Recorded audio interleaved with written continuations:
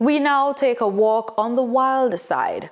March 3 is observed the world over as World Wildlife Day. Jamaica's incredible wildlife is a vital part of our island's natural heritage. From crocodiles to vibrant birds, our animals play essential roles in maintaining healthy ecosystems. Marlon Samuels has more in this report. Jamaica is home to over 200 species, many found nowhere else.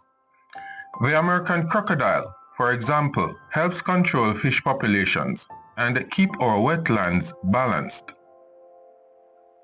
We also have the Jamaican iguana, a critically endangered species that controls insects and signals ecosystem health. The Jamaican kingfisher is a striking bird that helps control insects and small fish, contributing to the health of our forests and waterways. Let's not forget the Jamaican mango, a hummingbird endemic to Jamaica that pollinates many native plants, supporting our forests and agriculture. Every species plays a role. They are all part of the ecological puzzle. Their decline can have ripple effects on the entire environment.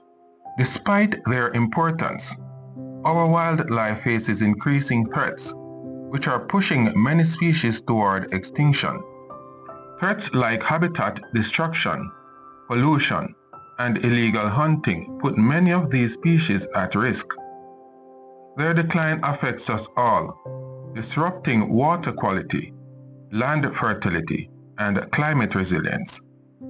Now, every species matter, especially in an ecosystem. In an ecosystem, we need balance, and every species matter because they play a role to make the system work.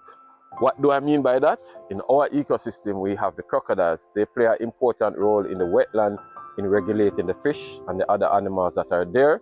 If they are not there, the whole system is out of balance. The birds play a role in, one, carrying seeds around, which we get new plants.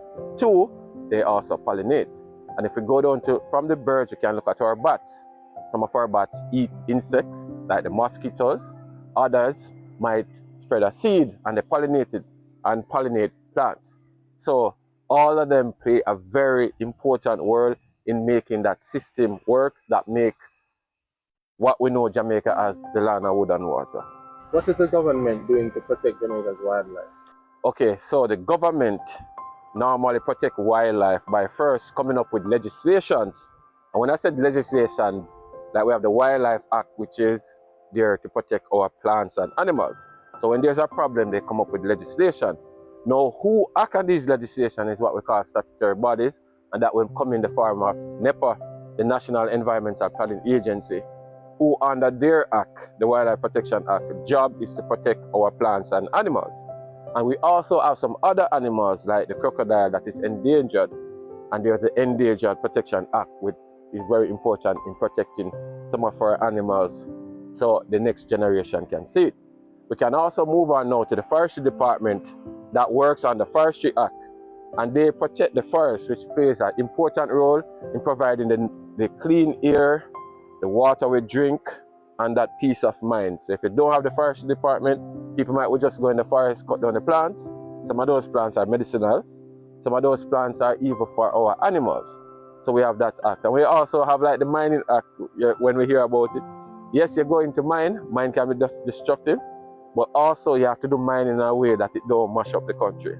So you do sustainable ways of taking the resource out without having bad impact on the people. So that's what the government is doing.